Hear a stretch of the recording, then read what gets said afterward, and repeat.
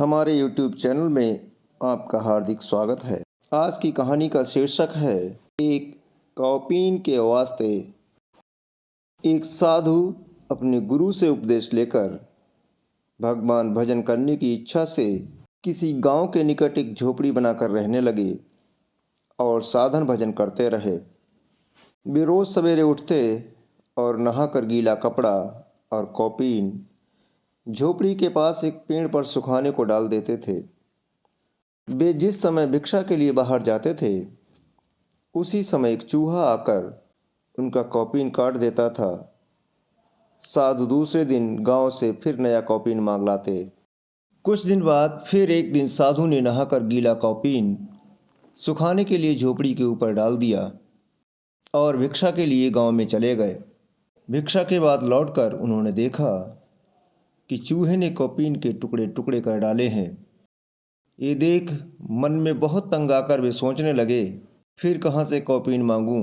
दूसरे दिन जाकर गांव वालों से उन्होंने जब चूहे वाली बात बताई तो गांव वालों ने कहा, अब रोज रोज आपको कौपीन कौन देगा, आप एक काम कीजिए, झोपड़ी में एक बिल्ली पालिए, उसके डर से फिर चूहा नहीं आएगा।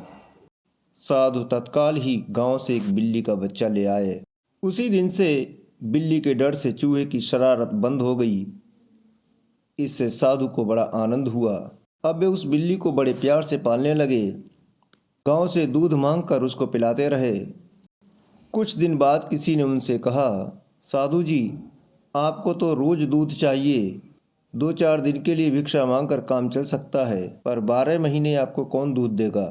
आप एक काम कीजिए, एक गाय पालिए, उससे आप स्वयं भी उसका दूध पीकर तृप्त होंगे और बिल्ली को भी पिला सकेंगे। थोड़े दिनों में साधु ने एक दूध देने वाली गाय ले ली। अब साधु को दूध के लिए गांव में नहीं जाना पड़ता था। बाद में साधु ने उस गाय के लिए गांव से घास पात मांगना शुरू किया। तब गांव वाले उनसे कहने लगे, अपनी झोपड़ी के आसपास पड़ी हुई जमीन में हल चलवाइए, तो घास पात के लिए आपको गांव में भिक्षा नहीं मांगनी पड़ेगी। साधु ने अपने आसपास वाली ज़मीन में किसानी शुरू की। इस काम के लिए धीरे धीरे उनको आदमी रखना पड़ा। फसल पैदावारी आदि जब इकट्ठी होने लगी तो उसके रखने रखाने के लिए कोठार आदि भी बनाया गया और इस तरह धीरे धीरे वे साधु बिल्कुल गृहस्थों की भांति बड़े व्यस्त होकर अपने दिन व्यतीत करने लगे। कुछ दिन बाद उन साधु के गुरुजी वहाँ आ पहुँचे।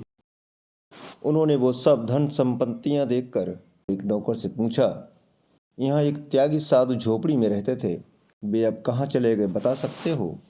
वो नौकर कुछ उत्तर न दे सका। अंत में गुरुजी ने स्वयं ही उन साधु के गृह में प्रवेश कर सामने ही अपने शिष्य को देखकर पूछा, बस ये सब क्या है। शिष्य लज्जित होकर गुरुजी के श्री चरणों में गिर पड़ा और बोला, महाराज, ये सब एक कौपीन के वास्ते हुआ। शिष्य ने एक एक करके सारी घटनाएं गुरुजी को कह सुनाई। श्री गुरु के दर्शन से शिष्य की सारी आसक्ति नष्ट हो गई और उन्होंने तत्क्षण सब धन संपत्तियां त्याग कर गुरु जी का अनुकरण किया।